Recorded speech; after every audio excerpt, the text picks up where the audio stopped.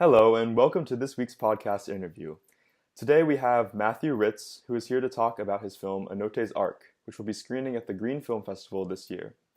ANOTE'S ARK tells the story of President Anote Tong's struggle to save his Pacific island nation of Kiribati from rising sea levels, as well as the story of a family who fights to migrate to New Zealand. It's so great to have you here today, Matthieu. Thanks for having me. It's an honor. Of course. Well, perfect. Let's dive right in. So the nations that often contribute the least to climate change often stand to lose the most. Kiribati seems so far removed from the rest of the world, and especially from the international conversation surrounding climate change. So what responsibilities do you think countries such as the United States have to compensate countries such as Kiribati, and how can we possibly hold them responsible? Yeah, absolutely. I think what's happening in Kiribati is really on the front line of an issue that's soon going to be global. So people usually say like the canary is on the front line. So basically, they're the first who are going to fall with the climate change. And I think it's the problem is climate change now. It's really still a very national politic. And a lot of countries just like use climate change for electoral purposes. And as President Tong says so many times, and that's one of the main purposes of the movie also, is to show that now we don't have time and climate change should not be any more political, because at the end of the day, it's about the fate of humanity as a species.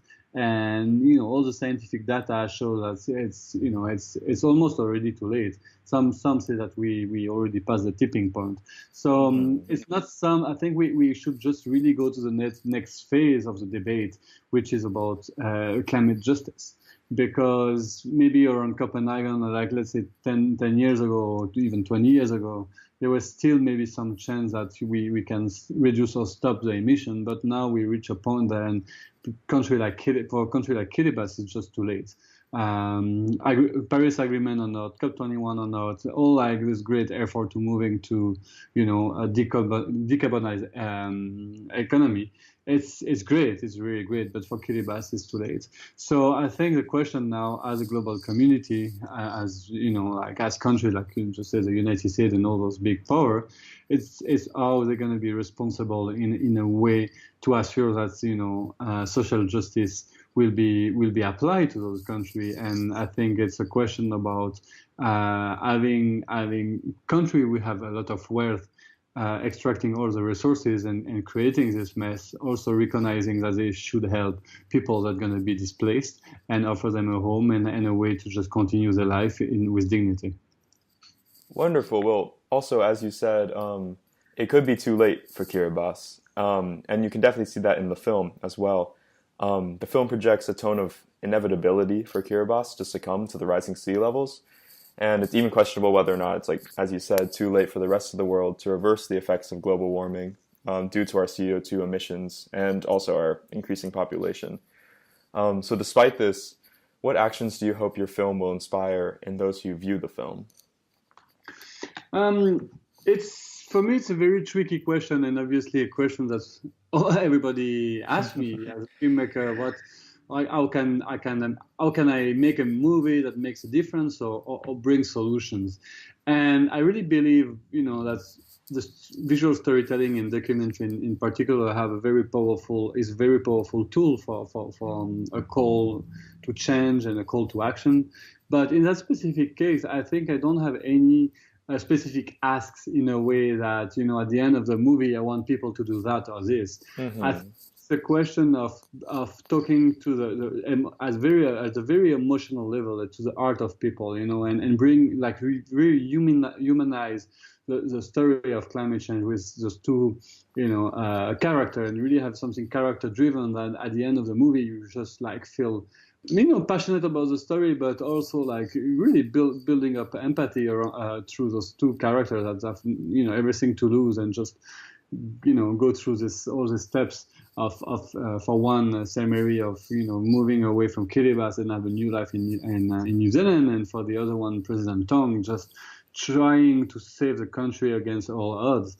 And for me, really, I think if people are touched deeply at an emotional level, then they will find themselves way to make different choices. And I think from my own perspective now, we really need a paradigm shift on the way we just consume things and on the way we just making decision as a global community. So, and I think it's up to everyone really to feel how they can make a difference. And I think it's a bit tricky to go with a very straightforward message like just buy an electric car or be vegan, or I think if people are not touched in a very deep way, emotional way, and we won't make a difference. And like you can get any specialist, any scientific talking head on a talking head interview trying to convince someone on a intellectual level, and they will be maybe convinced for 10 minutes if they're not deeply touched. So I think that's the power of cinema, is when you really can, go into a narrative, a storytelling that really, touch the art and speak to the emotion of people. And that's what I aim to do with this movie. Perfect. Yeah. Well, as you were saying, that was actually one of my next questions. So you answered that perfectly about why the arts are important to promoting collective action towards increasing environmental issues. Do you have anything else that you want to maybe add about how arts specifically are really important in this day and age in order to promote social change? Yeah, it's a very big question. I mean, again, I think I answered just a little bit in my last intervention. I mean, it's a hard question to answer, because it's like art is there's so many layers on it, and I think it's just, for me, in a way, let me put it that way. I think like with arts we are able to speak to the other part of the brain. We usually say we have like two brains, the left and the right one. And I think like when you listen to data or journalism or scientific, or anytime you open the Guardian or the New York Times and you read an article about climate change, it's just speak to one part of your brain. And it's important to feed that part of the brain with all those information and understand the issue. But the other part, like the more like emotional, irrational, I would say even like spiritual parts of the brain, of our the way we just basically understand things and understand our surrounding, won't be touched by data and by intellectual, by journalism, or by just very straightforward argument. So I think art can fill that gap of really touching people in a different way. And I think we really need both, because if you have only one, like let's say only art in the same way, it may be lacking some intellectual understanding, and people still have rational brain and need to understand, like the data and really get, okay, what's happening, So I think it's mix of both is like the perfect tool to just convince people. Yeah, fantastic. So then to skip to the end of your film, the film concludes by stating that the newly elected party was dismantling most of President Anote's climate policies. So I was wondering, how can we approach climate policies to create long-lasting change on an international level when even local policies in the most at-risk regions like Kiribati can't remain consistent?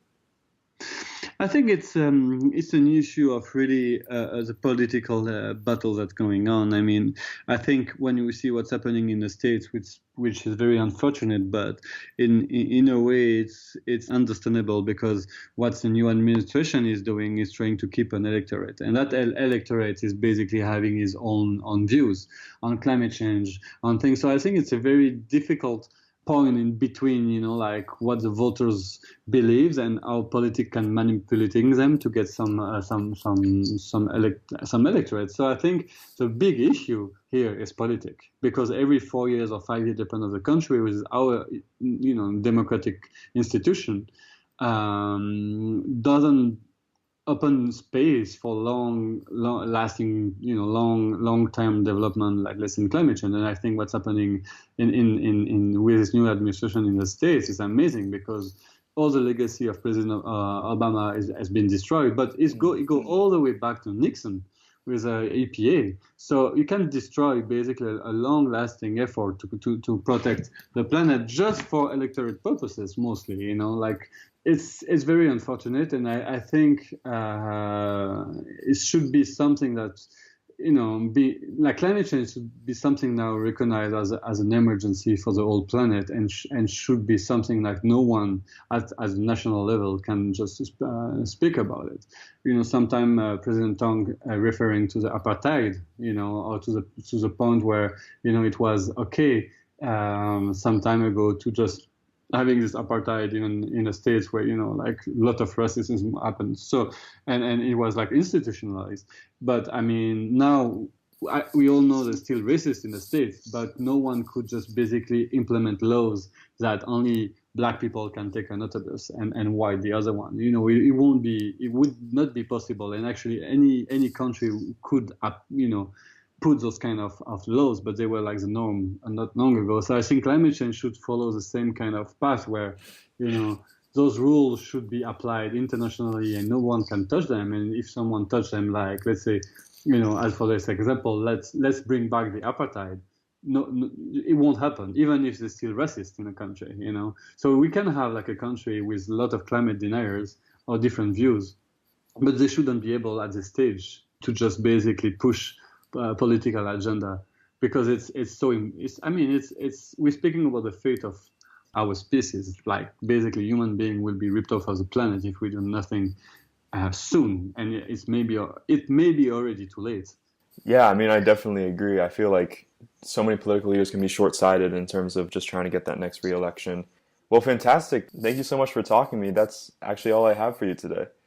Oh, well, that was beautiful. Thank you for this opportunity and the time you gave me. Yeah, of course. It was such a pleasure to hear more about the film, and I'm so excited to watch it again at this year's San Francisco Green Film Festival. And yeah. Looking forward to be back in San Francisco soon. Yeah, I hope to see you there. Yeah, wonderful. Thank you so much. Yeah, thank you.